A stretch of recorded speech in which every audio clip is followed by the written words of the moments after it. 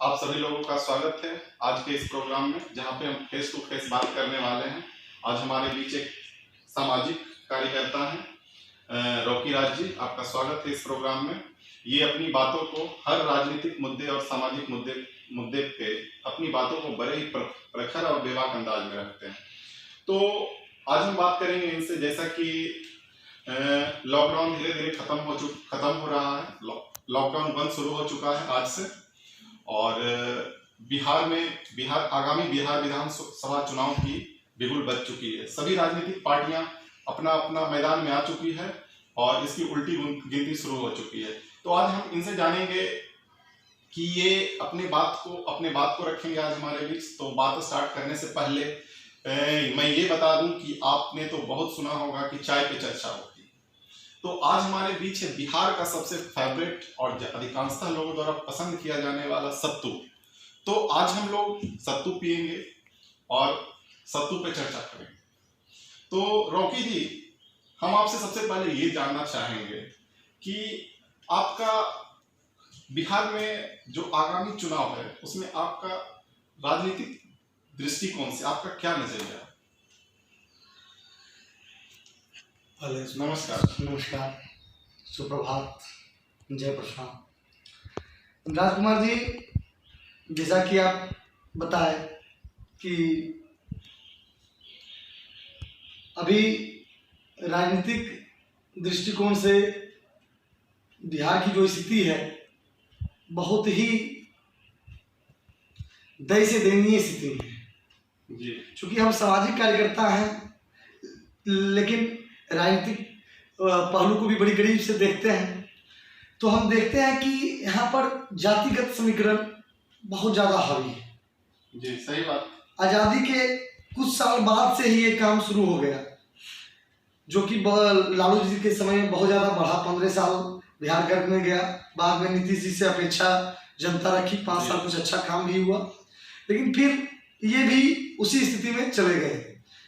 जाति के ही समीकरण में तोड़ों जोड़ों में ये भी लग गए।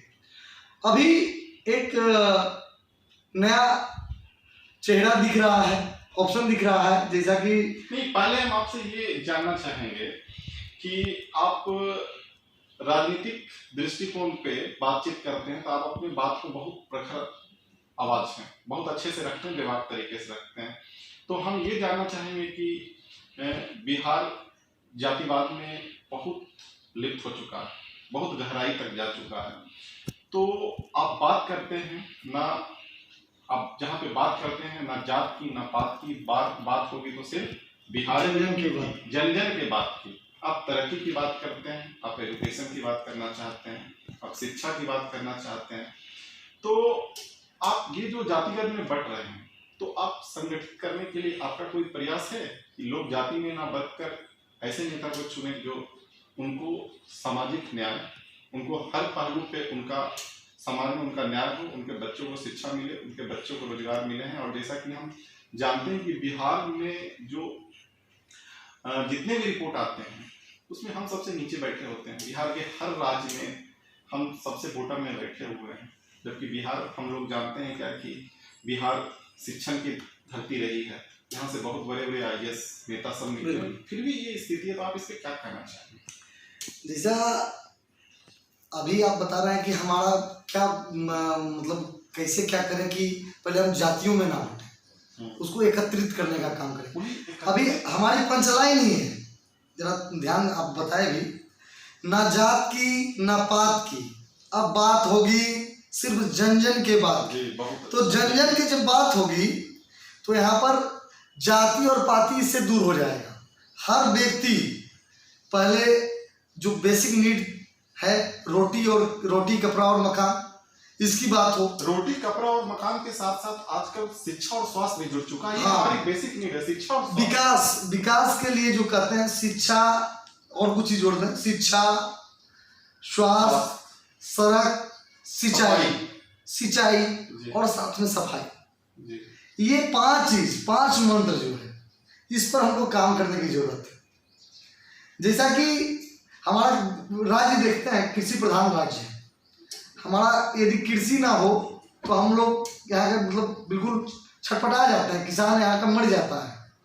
मुख्य जीविका किसान है, दूसरा आ जाइए तो मजदूरी हो जाता है।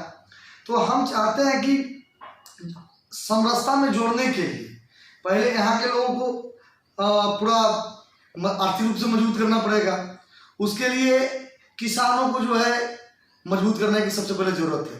हमारी खेती जो है बढ़ी नहीं है, खेती वही है लेकिन लोग बढ़े हैं। तो कम खेत में ज़्यादा से ज़्यादा उपज कैसे हो, कुछ ऐसा उन्नत खेती का विकास करवाएं, किसानों को नया नया ट्रेनिंग दिलवाएं। अब हम क्या करना चाह रहे हैं कि जैसे जो मृत नदी हो गया है, नदी नाले की सफाई करवाएं, आड़ा तालाब बनवाएं, डैम का निर्माण करवाएं, ताकि सिंचाई की व्यवस्था समुचित रूप से हो सके।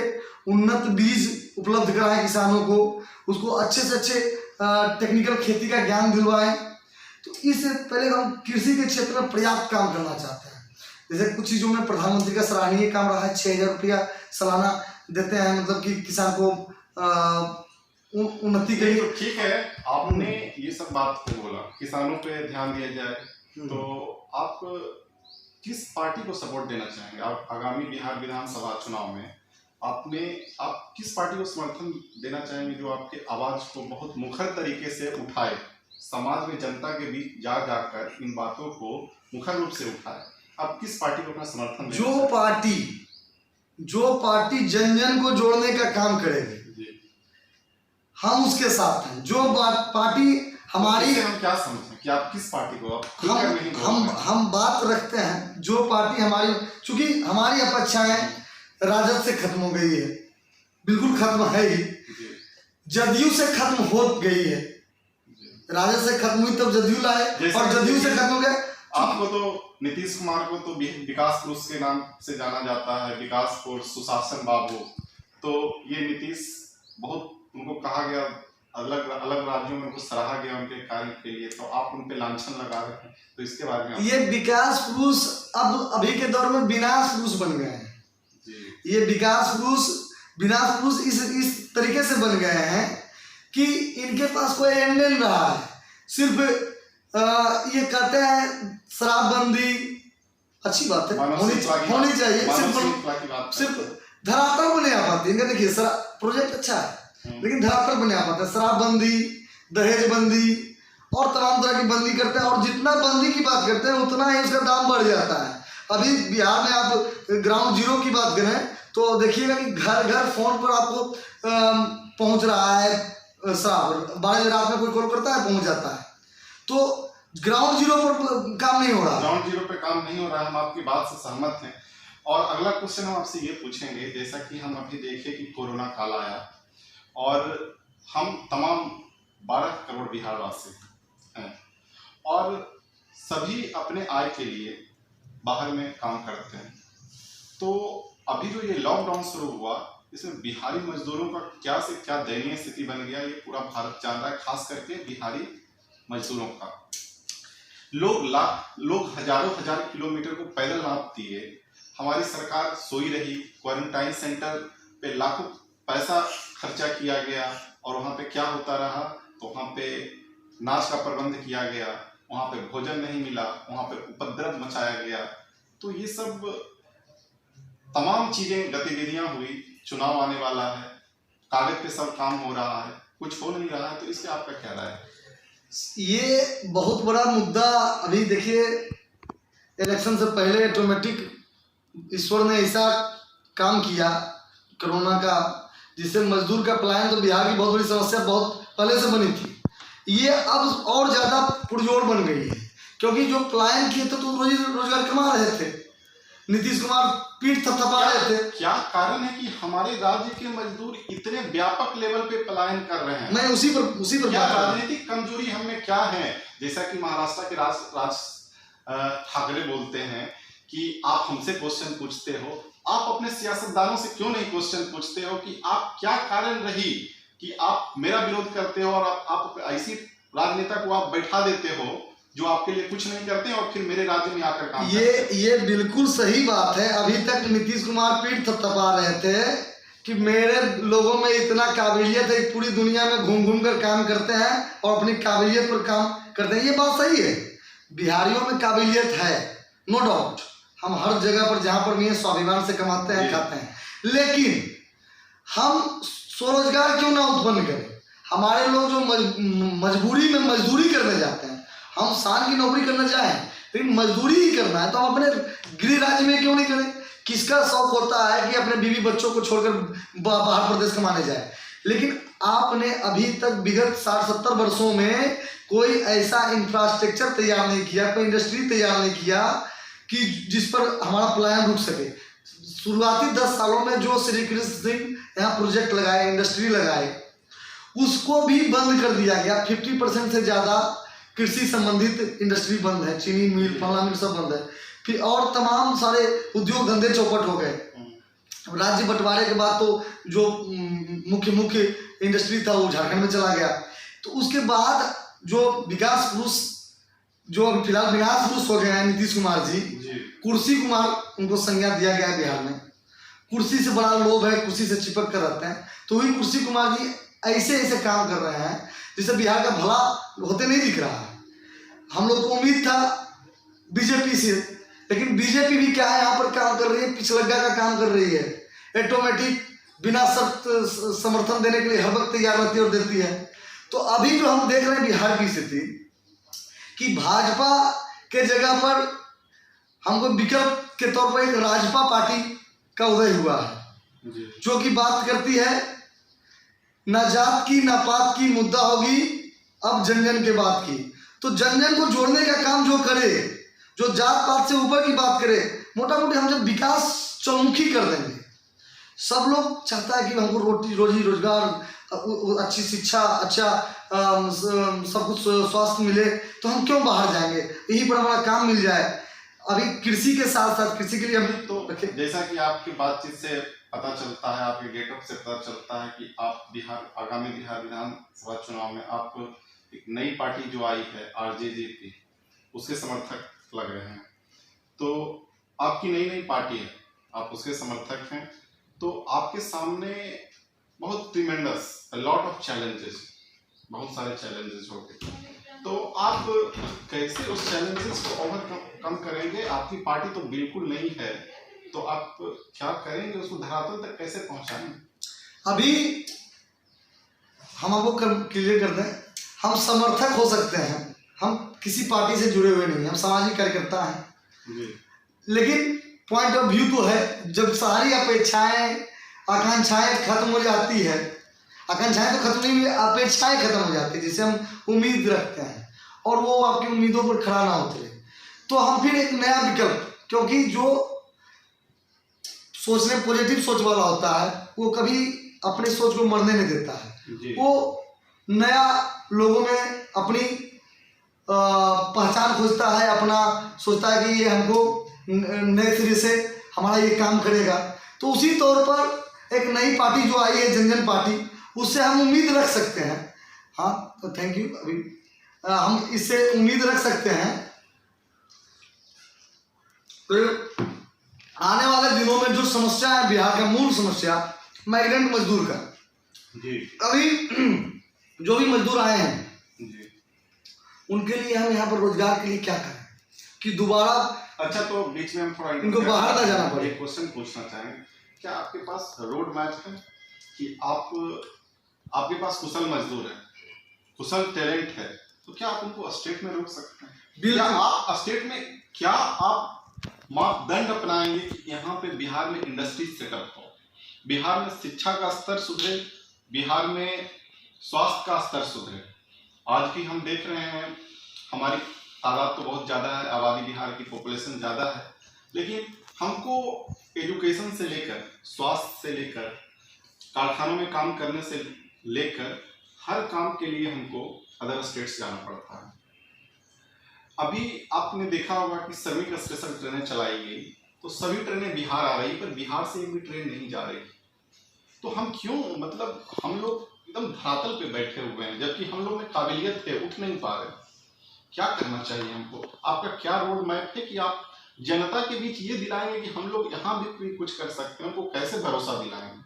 इसके लिए बिहार से पलायन रोकने के लिए सबसे बड़ा रोड मैप जो हम समझते हैं कि सरकार को मतलब पूरे जितने भी हमारे उद्योगपति हैं एक बड़ा आयोजन करवाना चाहिए। और जैसा कि योगी जी उत्तर प्रदेश में करवाए, और उनको कॉन्फिडेंस में लेना पड़ेगा, उनको ये विश्वास दिलाना पड़ेगा कि आप यहाँ पर 100% सेफ और सिक्योर है। आपसे से कम टैक्स लिया जाएगा, आपको 100% सुरक्षा प्रदान करवाई जाएगी। आप एक चीज़ गौर से देखिए कि नैनो प्रोजेक्ट बंगाल से ममता बनर्जी के विरोध के कारण सीधा शिफ्ट हो गई गुजरात में। हम उसको बंगाल से बगल में बिहार में रोक सकते थे। हमारे पास पर्याप्त जमीनें हैं, हमारे पास पर्याप्त व्यवस्थाएं हैं, हम क्या नहीं दे पाते हैं? सुरक्षा देने में असक्षम है। तो आप कर क्या रहे हैं? सरकार हमसे हम कहना चाहेंगे क्या कर रहे हैं? सुरक्षा देने में असक्षम है, आप जमीन उपलब्ध करवाने में असक्षम है। जमीन हमारे पास पर्याप्त, आपके पास इंडस्ट्री से रिलेटेड कानून इस तरह की बनाए कि आपके स्टेट्स में इंडस्ट्री वाले नहीं आना चाहते हैं। लॉ एंड ऑर्डर का इतना सारा इशूज है, कोई भी लॉन्ग टर्म में इन्वेस्टर और पॉलिटिकल आप लोग पॉलिटिकली इतने अनस्टेबल हैं कि कोई भी कंपनी यहाँ इन्वेस्ट नहीं करना चाहती है लॉन्ग टर्म में। उनको लगता है कि हमें घाटा हो जाएगा।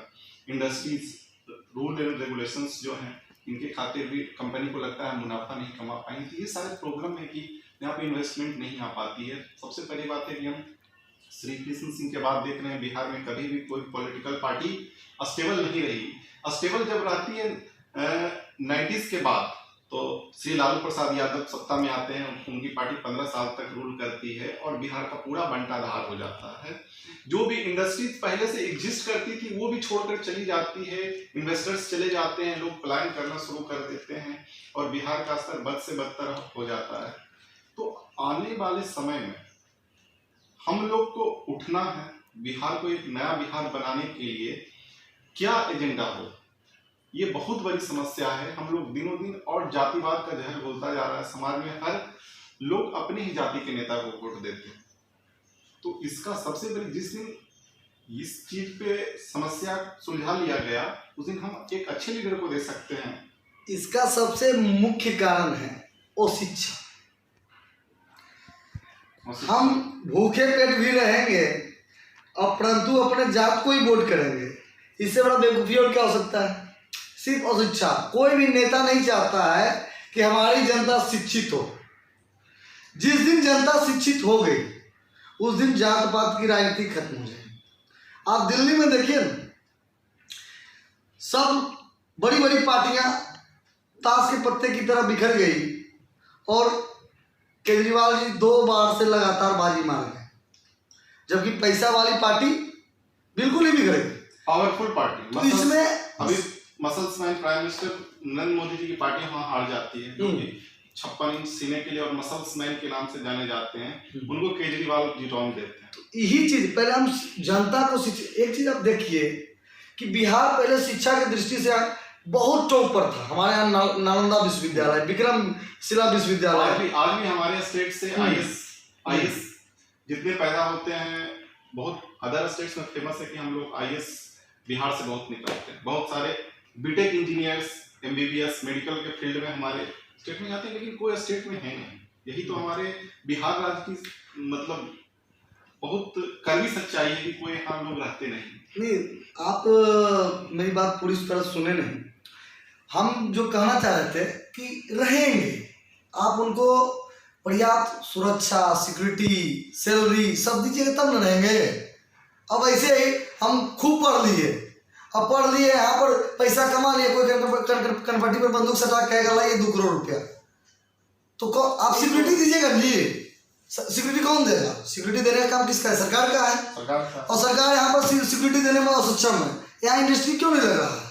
तमाम जब पहला 5 साल का सरकार था तो हम लोग पटना में थे, उस समय हमें याद है कि IIT बीटा में खुला और NIT पटना में खुला और तमाम तरह की बातें, बिल गेट्स वगैरह आए, ये क्या नाम है, मुकेश अंबानी आए, पटना चाणक्य होटल में मीटिंग हुआ। हम लोग उस समय सुने, जो देखे मीडिया के माध्यम से जाने कि मान लीजिए अब बिहार में बड़े बड़े प्रोजेक्ट लगेंगे। क्यों नहीं लगा? आप अभी बताएं कि यहाँ पर कुछ कानून बड़ा जटिल है। तो हमारा सरकार का काम होना चाहिए कि हम क्या करें। मानते हैं प्रदूषण होता है इंडस्ट्री से, ठीक है, लेकिन हमारा जो बहुत बड़ा इशू है प्लान का, उसको भी तो रोकना मेरा काम है। हमको रोजगार देना का मेरा काम है। तो उसके लिए हम क्या करेंगे? सबसे पहले कानून को फ्लेक्सिबल करेंगे, ठीक है। कानून को जब फ्लेक्सिबल करेंगे, सुरक्षा की पूर्ण गारंटी देंगे, नक्सलाइट को कंट्रोल करने का काम करेंगे, पूरा खत्म करने का काम करेंगे नक्सलाइट को। तो उसके लिए हमको रोड मैप पूरा तरह तैयार करना पड़ेगा, है ना। सबसे पहले जब कोई बिजनेसमैन हजारों करोड़ की इंडस्ट्री लगाएगा और उसको ये गारंटी नहीं रहेगा कि इंडस्ट्री में चलेगा या नहीं चलेगा, चलेगा तो पहले हफ्ता दीजिए 1 करोड़ का, तो कैसे यहाँ बिजनेस करेगा? उसको 100% सिक्योरिटी देने का काम करेंगे। यहाँ पर लगेगा हमारा रोड मैप इस पर है कि मेरी कानून फ्लेक्सिबल करें, उसके बाद सुरक्षा देंगे, हम टैक्स कम लेंगे, हर तरह से। मेरा पहले पब्लिक जो है इसमें कुछ चीज़ केंद्र से सीखने का है। हर चीज़ जो है ना, हम हर चीज़ में से किसी का बुराई नहीं कर सकते। जो मोदी जी अच्छे काम कर रहे हैं, जो कानून कम बनाओ, लेकिन जो फालतू कानून है इसको तोड़ दो, खत्म कर दो। रॉकी जी, हमारा डिबेट ज़्यादा लंबा ना हो, और तो इसके लिए हम सीधा डायरेक्ट 2-4 आपसे क्वेश्चन पूछेंगे, छोटे छोटे क्वेश्चंस, जो कि सारा क्वेश्चंस होगा आगामी विधानसभा चुनाव के बारे में, 2020 में जो चुनाव होना है। तो सबसे पहले मैं आपकी राय से तो जान गया कि आप आरजेजेपी, जो बिहार में आशुतोष भैया की पार्टी है, आप उनको समर्थन कर रहे हैं। तो सबसे पहला क्वेश्चन होगा, आप जो बिहार में जो प्रबल 3 पार्टियां हैं, उनके बारे में आप क्या कहना चाहेंगे? अभी यहाँ पर सारी पार्टियां फेल्योर। सबसे जो सत्तारूढ़ पार्टी है जी, जदयू, ये तो अपने अहंकार में इतना मनमस्त है, इसको लगता है कि किसके पास क्या विकल्प है। लालू यादव इतना शोध लिए हैं समाज को कि लालू जी के कोई जनता, शिक्षित जनता वोट करने नहीं जा रही है, तो दूसरा विकल्प कौन है? भाजपा यहाँ पर पिछलगुआ बनी है। ये राजस्थान, मध्य प्रदेश, झारखंड जिसे चुनावों से सीख नहीं रहा है, ये पिछलगुआ बना हुआ है। तो यहाँ पर विकल्प एक नया देना पड़ेगा। तो आपको लगता है कि आपको बिहार की राजनीति में एक नया विकल्प देने का? बिल्कुल बिल्कुल। जिस तरह से हल्के से लेते थे आम आदमी पार्टी को दिल्ली में, सब लोग माखौल और मजाक उड़ाते थे, और उसने पूरे समीकरण को ही बदल कर रख दिया। तो उसी तरह बिल्कुल हमें पूरा विश्वास। आप विकास के एजेंडे की बात कीजिए, अब एक चीज देखिएगा, इंडस्ट्री के साथ साथ हम बिहार को टूरिज्म के रूप में हम कितना विकसित कर सकते हैं, कर सकते हैं कि नहीं? सारा धर्म का केंद्र है रहा बिहार, चाहे बौद्ध धर्म का रहे, जैन धर्म का हो जाए, चाहे हमारा सिख धर्म का हो जाए, पटना में गुरु गोविंद साहब का जन्म हुआ। उसके बाद हिंदू धर्म के लिए तो तमाम मंदिर है, तमाम शक्तिपीठ है, तमाम भोला बाबा मंदिर है, या फिर सीता माता का जन्मस्थली है सीतामढ़ी में। तो इस तरह से हमारा बढ़िया शक्तिपीठ है, सिकंदरा कुमार में शक्तिपीठ है, या फिर मुंडेश्वरी धाम भभुआ में है, अशोक धाम में भोला बाबा मंदिर, सब बहुत सारा मंदिर है। टूरिज्म श्रृंगी ऋषि हो गया, इकोनॉमिक एक्टिविटीज बढ़ा, कुंडग्राम हो गया जैन धर्म का, बौद्ध धर्म के लिए तमाम राजगीर हो गया, गया हो गया। तो हम टूरिज्म को इतना विकसित कर सकते थे कि सीधा सीधा विदेशी पैसा आ सकता था। ठीक है। तो और अगला क्वेश्चन मेरा रहेगा कि आपको पावर में आने के लिए, आप सीट निकालने के लिए, आपको समाज के हर वर्ग को जोड़ना होगा, आपको दलितों को साथ रखना होगा, आपको ओबीसी को साथ लाना होगा, आपको स्वर्णों को साथ लाना होगा। सभी को एक धरातल पर लाएंगे तभी आप पार्टी को संगठित कर पाएंगे। और आप पार्टी को, तो आप कैसे संगठित करेंगे? आप क्या कोई योजना है आपके पास, योजनाबद्ध तरीके से इसको करना चाहेंगे, और कैसे करना चाहेंगे? एक चीज आप देखे होंगे, किसान की कोई जाति है क्या? किसानी में अभी यदि भूमियार हैं तो यादव भी हैं, कोड़ी हैं, कुर्मी भी हैं, मतलब कहार है, मतलब हर जातियों के पास कुछ ना कुछ कम या बेसी, हर जाति के पास जमीन है। राजपूत भाई हैं, ब्राह्मण भाई हैं, सबके पास जमीन है। किसान की कोई जाति नहीं। बात यहाँ हम किसानी कर रहे हैं, बात मजदूरी कर रहे हैं। मजदूर की कोई जाति है क्या? सबसे ज्यादा मजदूर बिहार के पूरी दुनिया में है, और पूरे बिहार में कौन ऐसा जाति है जो मजदूरी के रूप में बाहर में नहीं खट रहा है? तो हम बात मजदूर की कर रहे हैं कि भैया आपको घर में रोजगार देंगे, है ना। अच्छी शिक्षा, स्वास्थ्य, सिंचाई, शिक्षा की जरूरत किसको नहीं है, सड़क की जरूरत किसको नहीं है, स्वास्थ्य की जरूरत किसको नहीं है, सफाई की जरूरत किसको नहीं है।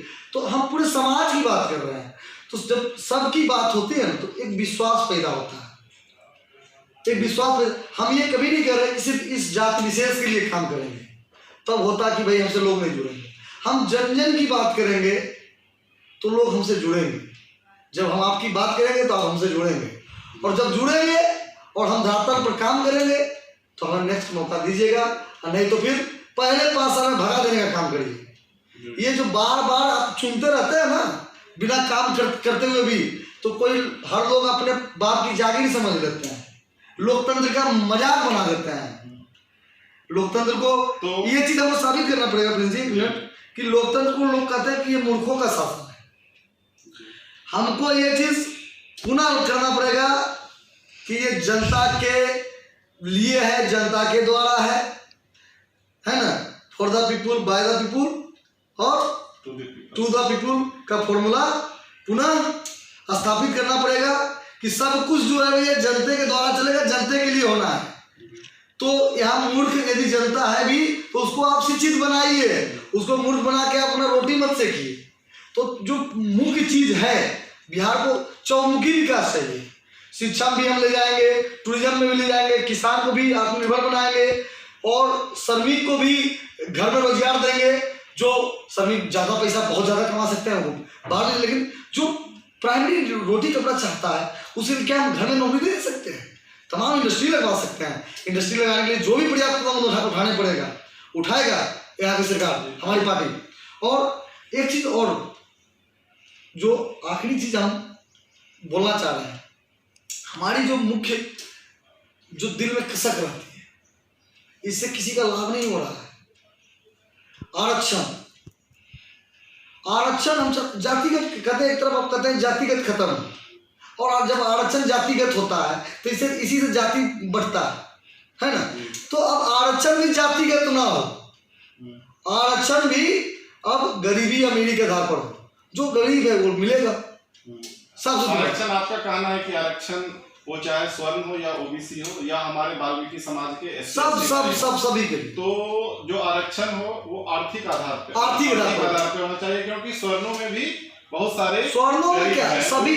अभी एक चीज देखिए राजकुमार जी कि सरकार ही पॉलिटिक्स करने के लिए जातिगत समीकरण में एक तरफ बांटती है कि हम इस जाति को इतना आरक्षण दे देंगे, ये हमारा वोट बैंक फिक्स हो जाएगा। आप ही जाति में बांट के रोटी सेकते रहते हैं, फिर विकास के मुद्दे से भटक जाते हैं।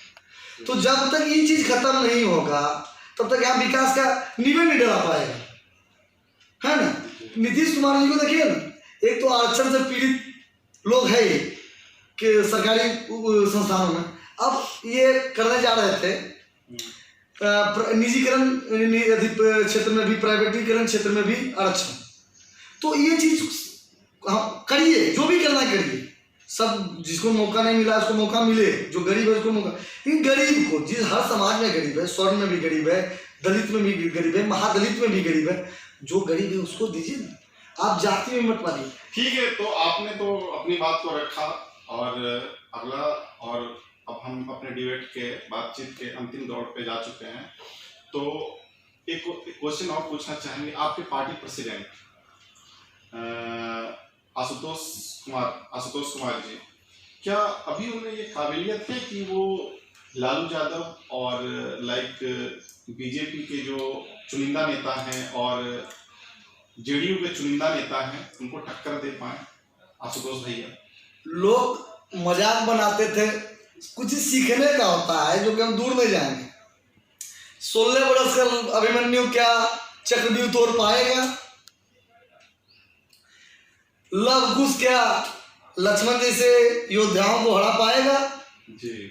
केजरीवाल क्या शीला दीक्षित और मोदी जी जो डायरेक्ट चेहरा थे दिल्ली में भी, उनसे को हरा पाएंगे? तो ये इतिहास सिखाता है, बात मुद्दे की है। कोई भी छोटा या बड़ा नहीं होता है। आप बहुत दिनों से हैं लेकिन आप गंदे काम में संलिप्त हैं, आपका विचार नेक नहीं है, आपसे जनता ऊब गया है। तो आपको आईना दिखाएगा। जी। तो आईना दिखाने में आशुतोष कुमार सक्षम है, और बच्चा नहीं है, व्यक्ति देश का सेवा करके आया है। 8 साल तक आर्मी में मतलब भारत माता का सेवा करके आया है, तो परिपक्व व्यक्ति है। बिहार के हर जिला, हर कस्बा में पद यात्रा की है, ग्राउंड लेवल पे काम, ग्राउंड जीरो पर काम किया है। उतना कोई भी नेता नहीं घूमा है गांव तक, उसका हम साक्षी हैं पूरा। हाँ, ये चीज और है कि यहाँ पर सरकार के दबाव के कारण मीडिया बंधु या मीडिया जो है उनको फोकस में नहीं दे लाता। मेरा एक आपसे अंतिम क्वेश्चन होगा, क्योंकि हमारे पास पर्याप्त समय भी नहीं है, तो मेरा अंतिम क्वेश्चन होगा कि आप बिहार की जनता से क्या अपील करना चाहेंगे? एक बार आप अपील कीजिए। हम सभी भाइयों को पहले, भाई बहनों, अपने गार्जियन तुल्य, माता और पिता तुल्य सभी लोगों को प्रणाम करना चाहते हैं। हम सभी लोगों को विश्वास दिलाना चाहते हैं, आशुतोष भैया की तरफ से आश्वस्त कराना चाहते हैं कि एक बार आप उनकी नई पार्टी जनजन पार्टी को मौका दीजिए, क्योंकि आपके पास सारे विकल्प बंद हैं, कोई विकल्प नहीं है जो विकास की बात करे। सिर्फ यहाँ जाति की बात हो रही है, आप जाति से उठें। हम पुनः दोहराना चाहते हैं, ना जात की ना पात की मुद्दा हो, अब सिर्फ जनजन की बात की। तो आप जनजन की बात कीजिए और जनजन से बात करने वाले को इस आगामी चुनाव में जिताइए और बिहार को विकास के मुख्य पटल पर लाने का काम करिए। बिहार कम से कम टॉप में ना पाए तो टॉप 5 राज्य में तो गिना ही जाए पहले 5 साल में। ऐसा कुछ कर जाए, कुछ ऐसा कर जाए कि लोग बनना चाहे हमारे जैसा, ऐसा कुछ कर जाए हम कि लोग बनना चाहे हमारे जैसा। तो एक मिसाल के तौर पर पेश। हाँ, और यदि 5 साल नहीं कुछ करता है व्यक्ति, तो बिल्कुल कान पकड़ के जो है कुर्सी से उतारने का काम कीजिए। किसी को बाप का जागीर मत बनने दीजिए कि मतलब लगातार कुर्सी चिपक जाए, काम ही नहीं करे। जो काम 15 साल लालू यादव किए, वही काम 15 साल फिर नीतीश कुमार कर रहे हैं। वही काम किसी और को करने नहीं दीजिए। काम करता है तो रहने दीजिए कुर्सी पर, नहीं काम करता है तो हटा दीजिएगा, लेकिन पहला 5 साल दीजिए। थैंक यू रजवी, धन्यवाद आप आज के इस बातचीत में। धन्यवाद, नमस्कार। धन्यवाद आपको राजकुमार जी, सभी लोगों बहुत बहुत धन्यवाद आपको। जय परशुराम, जय हिंद, जय भारत। जय हिंद, जय भारत, वंदे मातरम।